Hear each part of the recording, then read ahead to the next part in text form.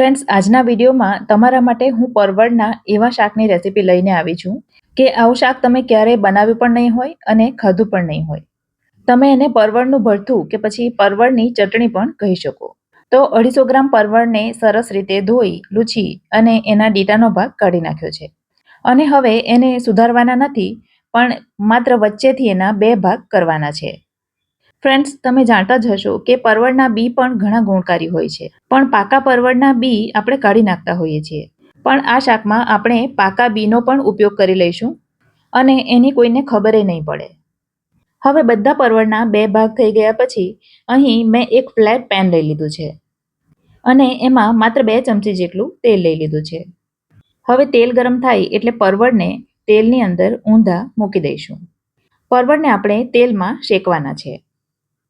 Friends, સૌને વિનંતી છે કે મારા વિડીયો તમને ગમતા હોય અને મારી ચેનલને જો તમે હજી સુધી સબસ્ક્રાઇબ ન કરી હોય તો પ્લીઝ સબસ્ક્રાઇબ કરી દેજો.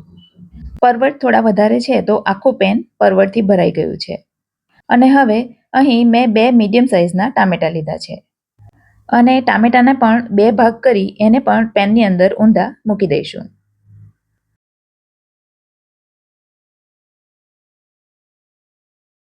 ત્યાર પછી 5 થી 6 કળી લસણની લીધી છે અને એને પણ પેનમાં મૂકી દઈશું.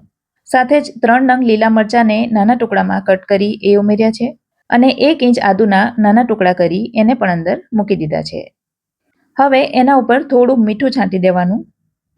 તો 1/2 ટીસ્પૂન જેટલું મીઠું મેં ઉપર સ્પ્રિંકલ કર્યું છે, જેનાથી બધું શાકભાજી સરસ રીતે ચડી જશે. હવે એને ઢાંકણ ઢાંકીને થવા દઈશું. ત્યાં સુધીમાં અહીં મેં 2 નંગ મીડિયમ સાઇઝની ડુંગળી લીધી છે અને ડુંગળીને ઝીણી સુધારી લઈશું. ફ્રેન્ડ્સ, જો તમે લસણ ડુંગળી ન ખાતા હો તો એ બંને સ્કીપ કરી શકો છો. તો આ પ્રકારે બંને ડુંગળીને કટ કરીને તૈયાર કરી લીધી છે. 2-3 મિનિટ થઈ છે અને પેનને ખોલીશું. ખોલતી વખતે ઢાંકણની ઉપર જે વરાળનું પાણી થયું હોય એને પેનની અંદર જ નિતારી લેવાનું, જેથી અંદરનું મોઇસ્ચર જળવાઈ રહે અને ઉપરથી પાણી છાંટવાની જરૂર નહીં પડે. હવે પરવળ ટામેટાં બંનેને ટર્ન કરી દઈશું. ટામેટાં, પરવળ અને મસાલા બધું શેકાય છે તો એની એટલી સરસ અત્યારે સુગંધ આવી રહી છે ને કે જાણે હમણાં જ ખાવાનું મન થઈ જાય. ટામેટાં ગળી ગયા હોય અને ઉપરની છાલ નીકળતી હોય તો એને કાઢી નાખવાની. સાઈડના પરવળને વચ્ચે લઈ લઈશું, જેથી બધા એક સરખા ચડી જાય. અને હવે ઢાંકીને એને ફરી પાછું થવા દઈશું. 2-3 મિનિટ પછી ઢાંકણ ખોલી ફરી પાછા એને ટર્ન કરી દીધા છે અને બાકી રહેલા ટામેટાની સ્કીન પણ કાઢી નાખીશું. ગેસની આંચ ધીમી જ રાખીશું, જેથી શાકભાજીઓ બળી ન જાય. ફરી પાછું 2-3 મિનિટ પછી તમે જુઓ તો હવે એમાંનું મોઇસ્ચર સારું એવું ઉડી ગયું છે અને આ રીતે ચપ્પુ ખોસીને જોઈએ તો પરવળ પણ ચડી ગયા છે. તો હવે ગેસ બંધ કરી દઈશું.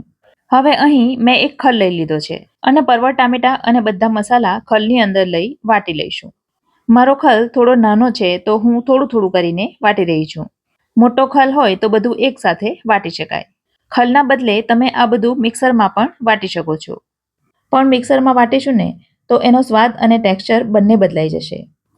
માટે શક્ય હોય ત્યાં સુધી આ રીતે છૂંદીને જ લેવાનું. છૂંદ્યા પછી ફ્રેન્ડ્સ, એ એકદમ રીંગણના ભરથા જેવું જ દેખાય છે.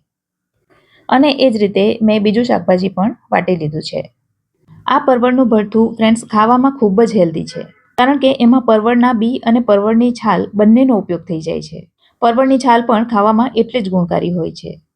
વાટતી વખતે માત્ર એટલું જ ધ્યાન રાખવાનું કે આદુ, લસણ અને મરચાં સરસ રીતે ચૂંદાઈ જવા જોઈએ, જેથી આખા કોઈના મોંમાં ન આવે. તો ભરથુંનો માવો તૈયાર થઈ ગયો છે. હવે આગળની પ્રોસેસ કરીએ, જેના માટે એક પેનમાં ફરી પાછું મેં 2 ચમચી જેટલું તેલ લીધું છે. તેલ ગરમ થાય એટલે એમાં 1/4 ટીસ્પૂન જેટલી રાઈ, 1/2 ટીસ્પૂન જેટલું જીરું, 2 નંગ સૂકા વઘારના મરચાં અને 1/4 ટીસ્પૂન જેટલી હિંગ ઉમેરીશું. ત્યાર પછી ડુંગળી જે સુધારીને રાખી છે એ બધી અંદર ઉમેરી દઈશું. ફ્રેન્ડ્સ, જો તમે ડુંગળી ન ખાતા હો તો આ સમયે ડાયરેક્ટ ભરથું જ વઘારમાં ઉમેરી દેવાનું. હવે એને ઢાંકીને થોડી વાર માટે થવા દઈશું. ડુંગળીને એકદમ બ્રાઉન નથી કરવાની, સાધારણ નરમ થાય ત્યાર પછી એમાં સૂકા મસાલા કરીશું. સૂકા મસાલામાં ઉમેરીશું 1/4 ટીસ્પૂન તીખું લાલ મરચું. તમને તીખું વધારે ગમતું હોય તો વધારે ઉમેરી શકાય. 1 ટેબલ સ્પૂન એટલે કે 1 મોટી ચમચી ભરીને ઉમેરીશું ધાણા જીરું. હાફ ટીસ્પૂન જેટલી હળદર ઉમેરીશું અને 1 ટીસ્પૂન જેટલું ઉમેરીશું કાશ્મીરી મરચું, જે માત્ર કલર માટે હોય છે, એનાથી તીખાશ વધારે નથી આવતી. અને હાફ ટીસ્પૂન મીઠું ઉમેરીશું. મીઠું આપણે અગાઉ પણ ઉમેર્યું છે, તો એ ધ્યાન રાખીને ઉમેરવાનું. હવે સૂકા મસાલાને પણ થોડા સાંતળી લઈશું અને ત્યાર પછી જે ભરથું વાટીને તૈયાર કર્યું છે એ બધું અંદર ઉમેરી દઈશું. એટલું ટેસ્ટી અને એટલું ચટપટું શાક બને છે ને ફ્રેન્ડ્સ, કે પરવળ ન ખાતા હોય ને એ પણ પરવળ ખાતા થઈ જશે. અને આ શાક બનાવો ને તો 2-3 રોટલી વધારે જ બનાવજો, કારણ કે રોટલી તો ચોક્કસ ખૂટવાની છે. હવે એને ઢાંકીને 3 થી 4 મિનિટ સુધી થવા દઈશું અને આ 3-4 મિનિટ દરમિયાન વચ્ચે એકવાર હલાવી લેવાનું. અને હવે ફાઇનલી તમે જુઓ તો શાક તૈયાર થઈ ગયું છે. એમાં હવે કોથમીર ઉમેરી દઈશું અને ગરમ મસાલો તમારે ઉમેરવો હોય તો એ પણ આ સમયે ઉમેરી દેવાનો. તો હવે ખૂબ જ ઓછા તેલમાં બનેલું પરવળનું આ ભરથું ખાવા માટે તૈયાર છે, જેને તમે રોટલી, ભાખરી, જુવારના રોટલા કે પછી બાજરીના રોટલા સાથે પણ ખાઈ શકો. રેસીપી કેવી લાગી કમેન્ટ કરીને જરૂરથી જણાવજો.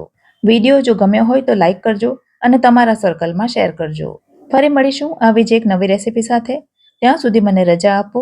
આવજો.